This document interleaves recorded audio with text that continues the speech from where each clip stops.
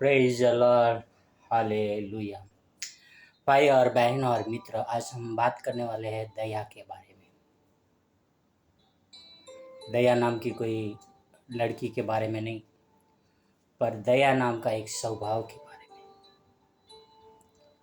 जो अंदरूनी होता है।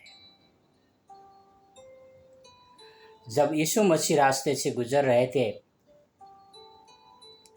एक कोढ़ी ने चिल्ला कर कहा, हे रब्बी मुझ पर तरस का, हे रब्बी मुझ पर तरस का। यीशु मसीह ने पीछे मुड़ा और उस कोढ़ी को छुआ, स्पर्श किया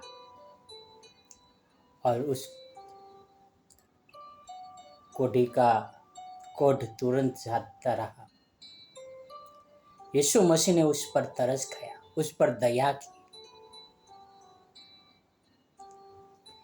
यीशु मसीह के पीछे एक बहुत बड़ी भीड़ चल रही थी 3 दिन से लगातार। यीशु मसीह ने कहा, मुझे इस भीड़ के ऊपर तरस आता है, इसको कुछ खाने को दो। मसीह के शिष्य कहते, प्रभु इतनी बड़ी भीड़ को खिलाने के लिए 300 दिनार तक भी कम पड़ेगा, और इतनी बड़ी भीड़ को हम कैसे खिलाएंगे। तब प्रभु यीशु मसीह ने कहा, तुम्हारे पास कुछ खाने को है? तो कहा, एक लड़के के पास 5 रोटी और कुछ मछलियां हैं। प्रभु मसीह ने कहा, सबको घास पे बिठा दो। सबको बिठा दिया। प्रभु ने धन्यवाद करके रोटी तोड़ी, धन्यवाद करके शिष्य को देना शुरू किया, और उस समय बच्चे और स्त्रियों को छोड़कर 5000 पुरुष को खाना खिलाया। प्रभु यीशु मसीह के अंदर एक दया थी, एक तरस थी। गेत्सेमनी बाग में सिमोन पतरस ने तलवार चलाकर उस महायाजक के सैनिक का कान काट डाला। तब प्रभु यीशु मसीह ने वो कान नीचे गिरा हुआ उठाया, उसकी जगह पर लगा दिया, उस पर तरस खाया और उसको संगाई दे दिया। भाई और बहन और मित्रों, पवित्र शास्त्र में लिखा है कि धन्य है वो जो दयावंत है, क्योंकि उन पर दया की जाएगी। हम मसीह के अनुयायी होने के नाते हम दयावंत होना चाहिए। हमारे पास कुछ भी हो, हमें लोगों के लिए तरस खाना चाहिए, अपना हाथ बढ़ाना चाहिए। जिसको खाने की ज़रूरत है और हमारे पास खाना है तो खाना देना चाहिए।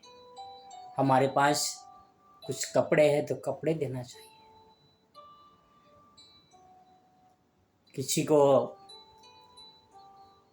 काम की ज़रूरत है, उसको काम देना चाहिए। किसी को अंधा हो या लंगड़ा हो, जिनको रास्ता क्रॉस करने की सहायता की ज़रूरत है, हमें मदद करना चाहिए।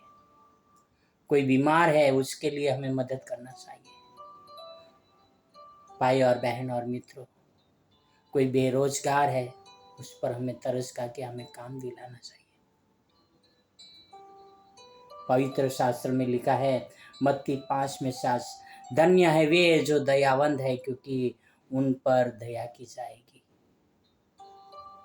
हम मसीह है जो अपने आप को कहते हैं कि मैं मसीह हूँ, मैं मसीह हूँ, मैं मसीह का चेला हूँ, और दया नाम की चीज़ नहीं है। सॉरी, हम पर भी दया नहीं की जाएगी। आओ एक पश्चाताप करें, हम लोगों पर तरस खाए, दया करें। हर दिन कितने सारे लोग मर रहे हैं। कुछ लोग भूख के कारण मर रहे हैं, कुछ लोग झगड़े के कारण मर रहे हैं, कुछ लोग बीमारी के कारण मर रहे हैं, कुछ लोग खुदकुशी कर रहे हैं, कुछ लोग के घरों में झगड़े, डिवोर्स, क्या क्या चल रहा है। उनके लिए हम प्रार्थना करें, क्योंकि परमेश्वर है जो कहते हैं जो दयावंत है उस पर दया की जाएगी। हमें लोगों के प्रति दयावंत होना चाहिए, क्योंकि हम यीशु मसीह के चेले हैं।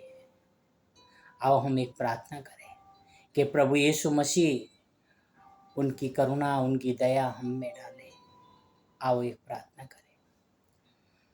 स्वर्ग और पृथ्वी के अधिकारी पिता, दया के धनी, आपने तो हमसे इतना प्रेम किया, आपका एकलौता पुत्र दे दिया, हम पर तरस खाकर, हम पर दया की। हम भटके हुए थे, आपने हमें राह दिखा दी। यीशु मसीह को भेजकर हमें नया जीवन दिया। प्रभु इसी तरह से हमें इस्तेमाल कर, क्या हम भी दूसरों पर दया करें, हम भी दूसरों को अनुग्रह दें। यह आपसे प्रार्थना, आपसे विनती करता हूँ, हमारा मन को आपके प्रति दयावंत बनाए पिता। यह आपसे प्रार्थना, आपसे अंदर में विनती करता हूँ पिता। धन्यवाद यीशु मसीह के लिए, आपके प्रेम के लिए। ये सारी प्रार्थना मेरे उद्धार करता प्रभुओं का प्रभु यीशु मसीह के नाम से करता हूँ। आमीन, आमीन, आमीन। God bless you. Have a wonderful